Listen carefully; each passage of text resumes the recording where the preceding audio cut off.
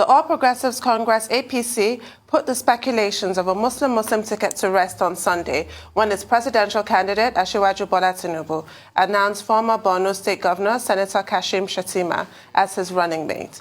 The news of Shettima becoming Tinubu's running mate was not well received by different stakeholders around the country. Tinubu's choice is contrary to the advice given by the Christian Association of Nigeria, CAN, which had earlier warned presidential candidates not to field running mates of the same religion. Also, South-South leader Chief Edwin Clark has lampooned the nomination of Senator Kashim Shettima. According to Clark, with the action of the former Lagos State Governor in appointing a Muslim to run with him, even as a Muslim in a multi-ethnic, multi-religious country with Christianity and Islam as the major religions, he felt very threatened for Nigeria as a country. Joining us on the show this morning as we discuss the ruling party's choice of a Muslim-Muslim ticket ahead of the 2023 election in Nigeria is Abraham Sam Ayedogbon, Senior Apostolic Leader, Realm of Glory International Churches, and convener, Catalyst for Global Peace and Justice Initiative. Good morning and welcome to the morning show. Thank you. Very good. Thank you, Dr. Ruben Abati, for having me. Thank you, Pastor. We can hear you loud and clear in the studio here. Well, where do you stand in this matter of a Muslim-Muslim ticket as declared by the All Progressives Congress? Some church leaders say it doesn't matter. After all, there are 18 political parties. But the Christian Association of Nigeria and other groups insist that religion is a very major factor in this 2023 general election, and that the right of Christians to be on the ballot at the highest level must be respected by all political parties. Where do you stand? Well, Dr. Ruben, you just stated categorically the position of the Christian Association of Nigeria, number one, and I also like to add that that's the same position of the Pentecostal Fellows of Nigeria, which is an arm, one of the major the 5 arms of the Christian Association of Nigeria.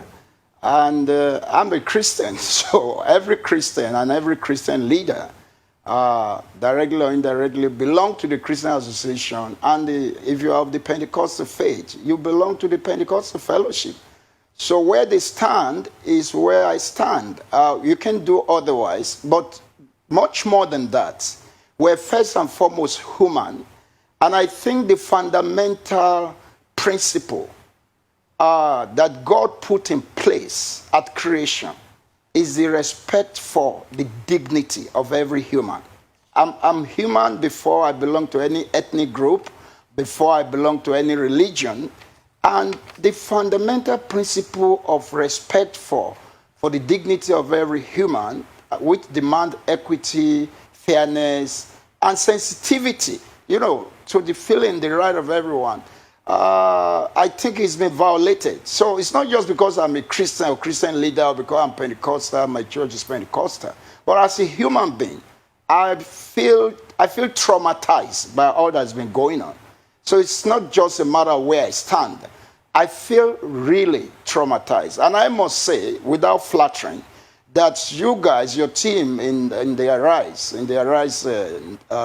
News TV, you've been on top of the situation. I dare say that that's part of what have given me some sort of consolation, because I follow every proceeding.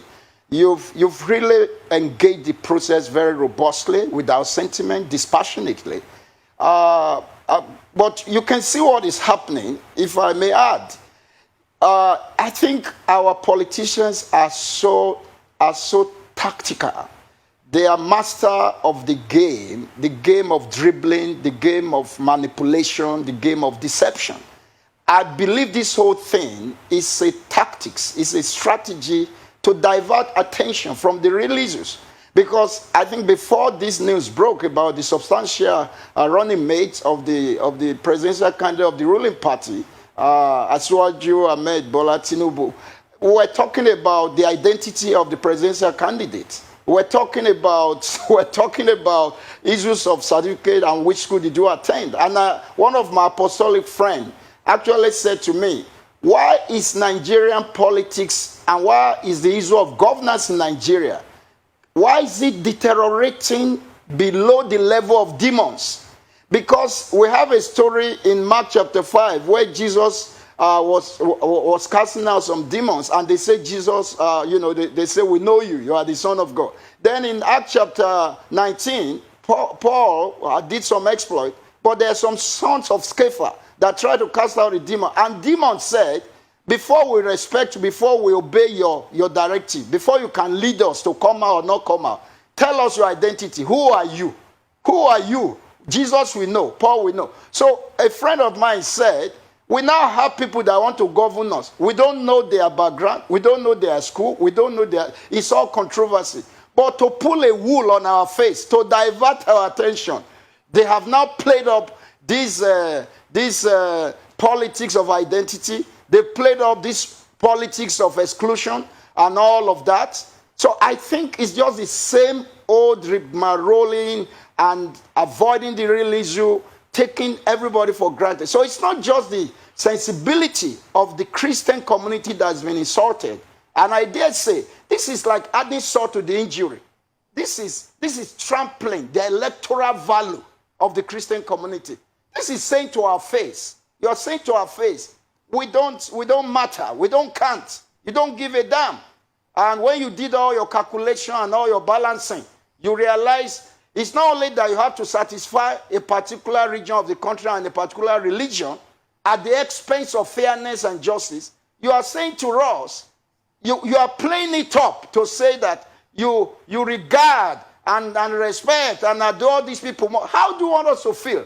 You are trampling us. Then we talk. You say we are being sensational. It's pre-modern sentiment and all of that. Who started the whole pre-modern sentiment? Who started the whole sensationalism? It's the same politicians. And we can go further. This whole issue is a question of bad leadership. But we have gone from bad leadership, or maybe we started with lack of visionary leadership, then we graduated to bad leadership. Now there is no leadership. There is no governance. It is the current president of the ruling party that was packaged and sold to us. I have said before, it was almost like forgery that was presented to us. Was packaged and dressed in a garb of Democrat, born-again Democrat, whatever, and say, an ex-general, he will stop insecurity, he will fight corruption. And part of the people that packaged him and sold him to us, 2014, 2015, is the current presidential candidate. And we see all the failure. Blood has been flowing, both the blood of Christian, non-Christian, Muslim, everybody. Blood is soaked together. Nobody is safe. Instead of coming to us, you're sorry. But it's the same presidential, the president and the leader of APC that played this religion, the politics of religion, this politics of identity, this politics of exclusion. Because it started with all his lopsided appointment. This is the first time in history of Nigerian politics that the national electoral chairman, the national chairman of INEC will come from the same region and the same religion with the president. Even under military, it wasn't so. This is the first time you have a situation where the president of the country and the CNC is a Muslim from the north. The Senate leader, the Senate president is a Muslim from the north. The Speaker of the House of Rep is a Muslim. And so everybody is like, if you want to matter under government of APC, you have to put on the toga of Islamic religion. Is that what you are telling us? And you are now saying it doesn't matter what we say and so on. So Dr. Ruben, Victoria Tundun, MK Abiola, and Rufai, I want to thank you. You have actually tried to placate my heart. I've been deeply hurt. I feel very disappointed. I feel insulted. I thought we're going to be able to, in one way or the other, address issues. What is Asiwaju Ahmed Bola Tinubu bringing to the table? We are all Lagosians. We see what he has done and what he has been doing. Yeah, I know. I have spoken to him one-on-one when he was governor. I have respect for him because I was writing for This Day then, and there was an issue of a church that was to be demolished. I felt it was not fair. It was Victory Christian Center of Reverend Nkechi Ilupu Taife. And I wrote in This Day then, and the then governor, Bola Ahmed Tinubu, was humble enough to call me and explain issues to me. He said I should come so that we discuss. I said, I don't need to come because I was afraid maybe I would be manipulated. But he explained to me, and they stopped the demolition. So I believe it's somebody that have a listening ear, and so on and so forth.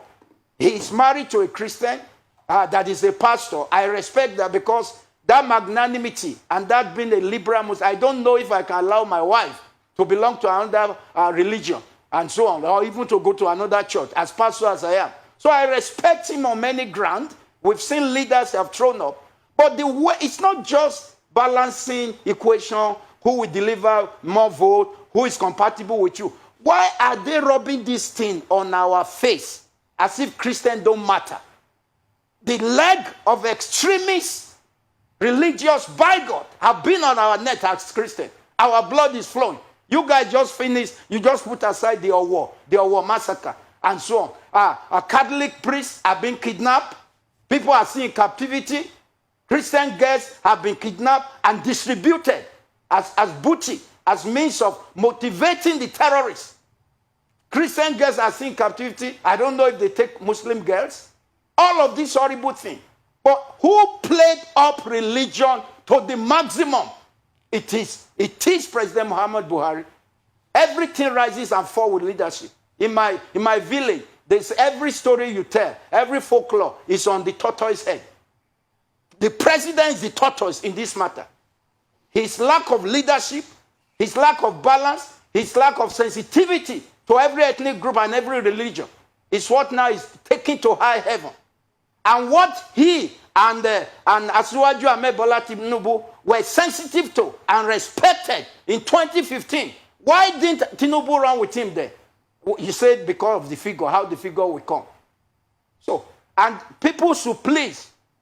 The only joy I have is that we are now seeing the greatness of Mepke Abiola. They should stop comparing this thing with 93. We did not have this issue in 93. None of them have the quality and the greatness and the personality that MKO had. So you can't be comparing apple and orange or whatever. You can't be comparing ordinary cocoyam and pounded yam in my place.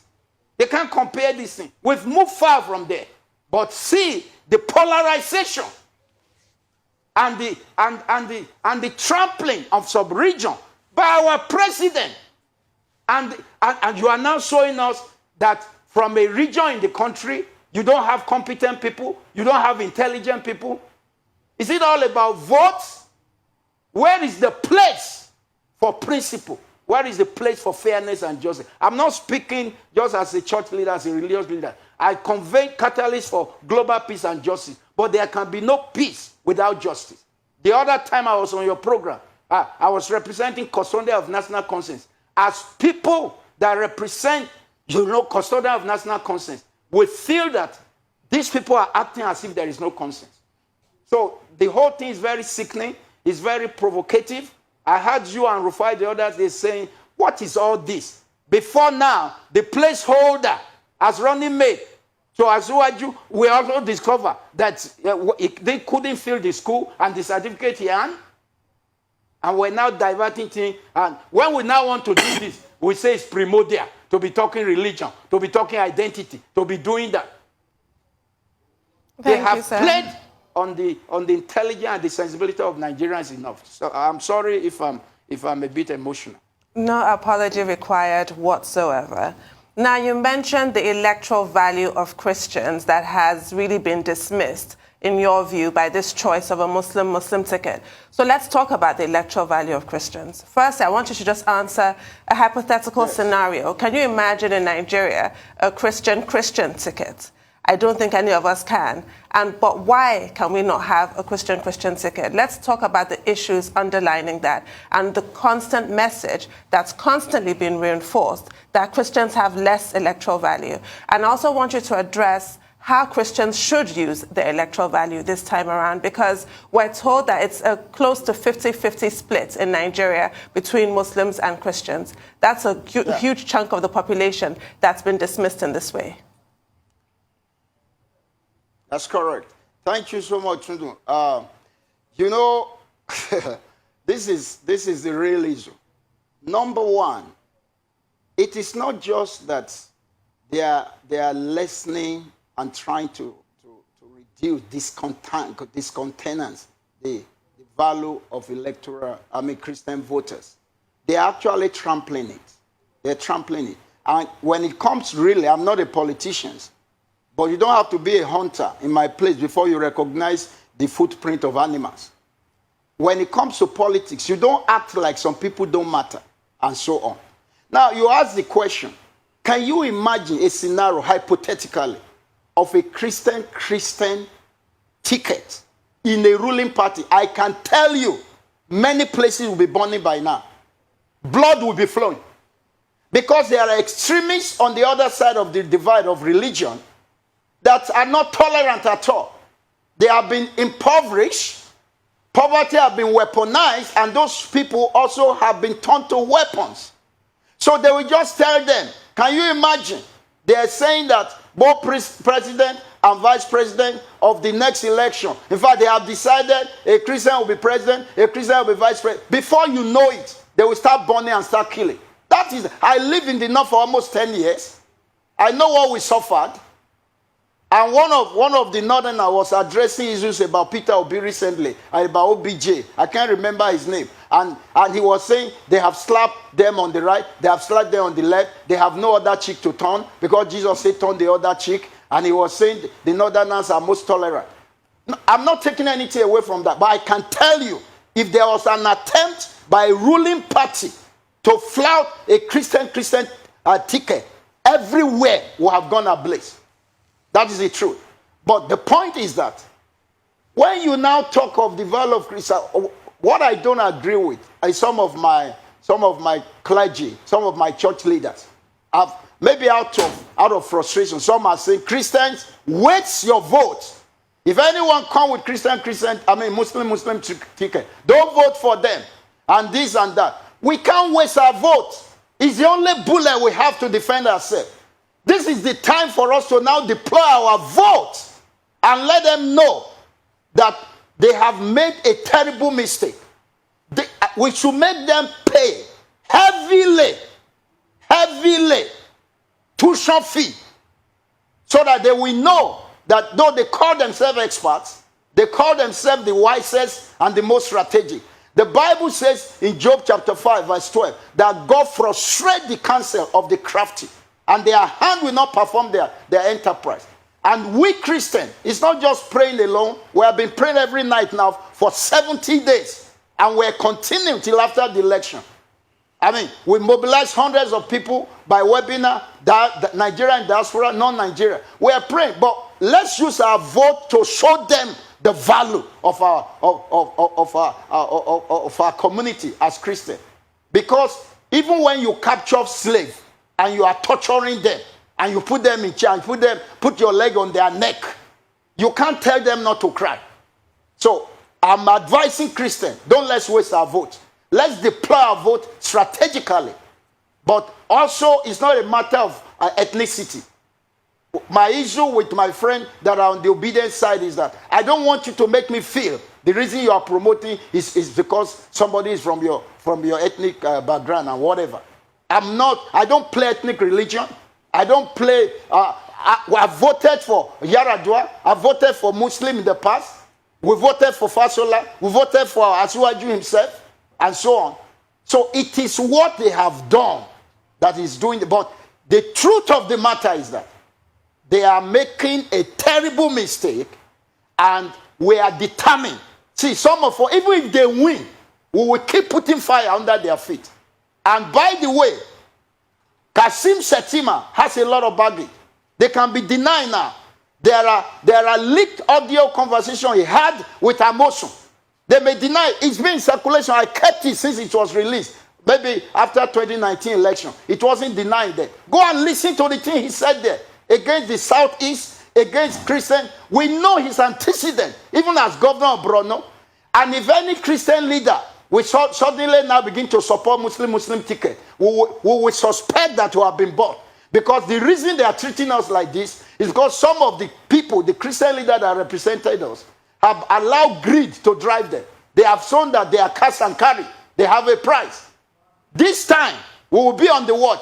Any Christian that because of they put something in your mouth you can't talk, or you pretend you don't know what is happening, and you now start patronizing what is not patronized, we will now know that you don't have the Spirit of God. So let's use our vote to show them our value. Okay. So I don't know if they can still correct it. Okay, sir. So the decision has been made by the ruling party. There are many other parties, Nigerians still hold the ace in the end of all of this because they have the right to vote. But for the sake of study and education, I want to interrogate the empirical numbers behind the Northern Christian vote. Is it a viable number? Or is it that there is more dominance on the other side? Let's interrogate that, because in our analysis, we have to also be empirical. So let's interrogate the Northern Christian vote. What number is, what's the electability of the Northern Christian vote? Well, what is it like? Let's talk about it. Thank you. I know you guys are trying to make me less emotional and to address this dispassionately. So let me tell myself to calm down. Okay, so the issue you have raised, this is rooted in the fact that there have been an assumption, which is an illusion. It's a fallacy, it's a delusion, that Christians are minority in the north. I started my mission work in Katsina, which is less than 2 hours to Daura, President Muhammad Buhari hometown. I used to go do Sema where his advanced motorcade was attacked. All of those places, those are the places we did practical mission work. All of the Jibia and so on, even to Maradi outside Nigeria. So, and if you tour the north, the first thing they have done to us is to make Southerners think that everybody in the north is Hausa. Now they started calling it Hausa Fulani. There is nothing called Hausa Fulani. And then they now make you think, in fact, there are people in the south that buy the lies that everybody in the north is a Muslim. So you hear names like Yakubu, you think it's Islamic. You hear, but there are people even bearing Islamic name that are not Muslim. So the first thing is that the whole analysis is based on a false premise. And there have always been inflation of figures from pre-independence, post-independence. Population have always been manipulated. Because also the culture that says you can't enter a married man's house in the north and be counting his wife and children. So when people come to count in censor, somebody will just come out and tell you, if he says you have 12 wives, you have 70 children, you have no right to go and verify. So whatever list he gives you. Figures have always been inflated. And the whole calculation is based on that false premise. So if we really interrogate that and subject it to forensic analysis, things will fall apart. Okay? But politicians, remember, they thrive on controversy, they thrive on manipulation, they thrive on deception. And there are another intelligent elite that know what we are saying. But it pays them to keep doing these things and impoverish those northerners, even the young children, the youth that don't go to school, they keep them like that. And of course, they have to keep producing them, make them almajiri. Everything that Jonathan did to try to bring some innovation to promote the human development dimension of almajiri have been truncated and frustrated. So they do all of that, and you are producing all of that. Then you now come out, the north, they have the chunk. Go and check the divide. So when it comes to politics, from Kogi where I come, so Pastor Sir, so what? From Kogi to Kwara, everybody is northerner. So what's the? That's why I'm asking this question it's specifically. Not true. So what's the empirical fact, to back up this your argument that there is a mass Christian vote in the north? I mean, you said forensic fact. I just want the fact. I just want the evidence, because the other side argues that this is we churn out the votes, and when they make the argument with you, they say, okay, states like Kano, definitely majority Muslim, will give you a sizable number of votes, well over 1 million votes. States like Katsina will give you a sizable number of votes. States like Kaduna will give you a sizable number of votes. Yeah. And they say, oh, it's all majority Muslim. So that's the argue we've had over the years. And that's why I'm saying, what's your own empirical fact, on ground? As a Christian leader, you say you stay in the North for over 10 years, you led revivals. Are there numbers? Okay, can I even start and say, okay, how many million Christians are even there in the North of voting population in the first place? It's just for general education. Yeah, thank you. Thank you, Rufai. I left the North, Katsina, Kano, 1990. That was when I came to Lagos. So I'm not a statistician. I don't have the statistics. And my Christian faith does not permit me to inflate just for argument's sake. So I can't give figures in exactitude. The point is this. I talk Kano State. I talk Katsina, Malufasi, Funtua, all of those places, and different part of the North. And I discover there are Christian communities. Before I went, I used to assume everybody is a Muslim. But I'm saying to you that the real figure have never been allowed to see the light of day. Pre-independence, post-independence, every censor. If now it has become more difficult to even do a proper census and know our real population. We just wake up one day and say, we're now 200. I can tell you by next year, people will start saying, we're 250 million. We are now this. Nobody really have those details, okay? So I can't give you the exact numbers. But what is now important, another point to note, and I'm not shying away from your question, another point to note is that there have always been underage voters. Go and check the last 3 or 4 elections in Kano and see the people that queue up, apart from inflating vote and all of that. In Borno, under Kasim Setima, when almost many local governments have been taken over by Boko Haram and nobody could move, and the charity worker and volunteers and Red Cross people were kidnapped and being killed, they deliver almost 100% vote. Millions of votes were turned out. So the thing they say about the number they turn out in election, even the population and all of that, they are all assumption, they are all manipulation. I'm not arguing the fact that they are not more in number. There are more Muslims in the North than Christian. But we don't really know the exact ratio.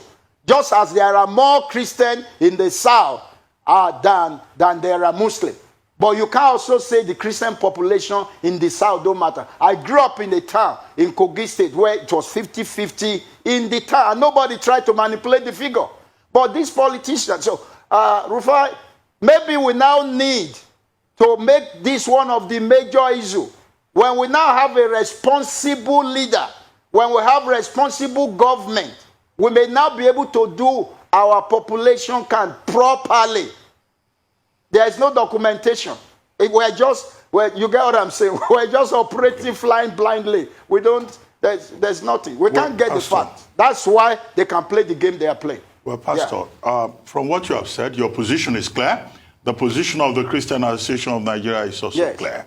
Are we likely to see a situation whereby the leadership of the church in Nigeria will direct its members in the same manner in which many churches directed the congregation to go get the PVC?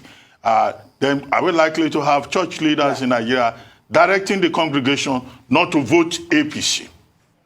Or we are likely to see a situation whereby the Christian Association of Nigeria will have audience with Asiwaju Bola Ahmed Tinubu if he didn't consult previously, if he reaches out to the Christian community to say, look, you have nothing to fear. If I win this election, after all, the campaign is not going to exclude Christians. So what's likely to happen?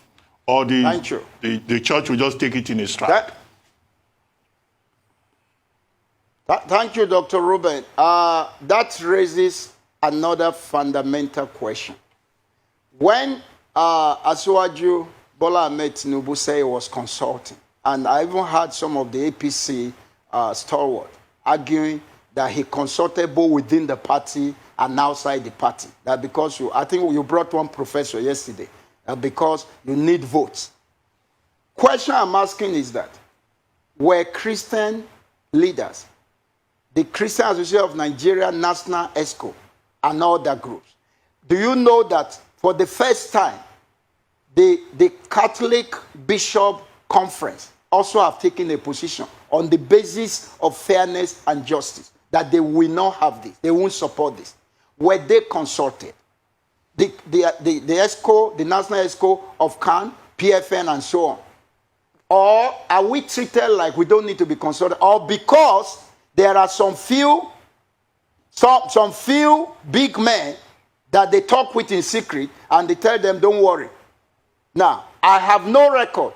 There is nobody, whether from CAN or from PFN, that have told me, and I dare say, it's a privilege that you brought me up to come and speak on behalf of Christians. It's not by merit, it's just the mercy of God. So I'm the least among Christian leaders.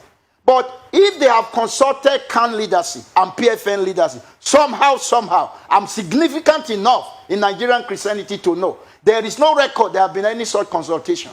So even if consultations start now, it's medicine after death. So to get to your question, it's not whether Christian Association or PFN will mobilize their members or we Christian leaders to vote against APC and this ticket. We are already doing it. We're going to do it more. And I'm saying to you, some of us, we don't care if they have the rigging machinery, if they think they have captured everything, because how independent is INEC anyway? Okay, we have succeeded in mobilizing and causing a revolution for voter registration, get your PVC. But you get there now, they will say the people that got those PVC in the rush, we can't find them on the something. The card reader is not reading and all of that. So they know what they do. They know that they don't allow a vote to count. That's why they are confident to do this. But we have decided this time, we will make rigging difficult for them. I was one of the electoral monitors in the last 2019 election. I was in the situational room. And we're mobilizing more. My organization, Catalyst for Peace and Justice, we're going to be in the front line. Custodian of National Conscience, PFN, ESCO, CAN ESCO, I trust the Catholic Bishop Conference. We will mobilize. We want them to pay a high tuition fee. Whether they win or lose, they will learn that you don't trample people because they are tolerant. You don't trample people because you think you have bought some few people that can compromise. We are going to teach them a lesson. So we are telling Christians, yes, keep praying. Let's cry to God that these people, instead of alleviating our pain and the blood that has been flowing, and many of our people that are in captivity, instead of alleviating it, they're exalting themselves, they're brandishing themselves, and gaslighting us. Gaslighting us. We want to teach them, like, we're already mobilizing, Dr. Ruben, to get to your question. We will mobilize, we will do everything within our power. Some of us, even if we die in the process, it's worth it. The reason we're enjoying democracy now, is it not because the great MKO gave his life for it? And I'm glad every time they're talking and making reference, every time I see Tundu, I say, this man is a great man. If he had just stayed in business enjoying his money, the things happening now. So if some of us die in the process, let it be. I don't seek for political office in CAN or PFN. But the reason I fought for victory, when under Ahmed Tinubu, they wanted to demolish that church, I said, even if it's Celestial Church of Christ, because the name of Christ is there, I will fight it. If you kill me in the process, Jesus will say, welcome, well done. So we are mobilizing, we'll mobilize, except they engage us and convince us otherwise. Not on TV. And not showing some arrogance because you feel you are invincible. You don't lose any battle. You don't lose any election. The article I wrote before Governor Tinubu was going for second term is the battle Tinubu cannot win. I said, don't think because you have won all the controversial battle and the scandal battle in your process of politics, you now think that you can take on church, you can take on anybody, and you are invincible. Don't allow the virus of Nebuchadnezzar that drove him to the wilderness for 7 years to go and learn that the Most High is one that rules in the affairs of men. and give it to whomsoever I will. But sometimes, that's the pain. I want you to read Daniel chapter 4, verse 17. He said sometimes God sets on the affairs of men the lowest, the basest of men. It's not always the best and the brightest. But we're going to teach them lesson. We're going to teach them lesson. On that note, we'd like to thank you very much, Pastor Ayedogbon, for joining us this morning on The Morning Show. Thank you very much indeed.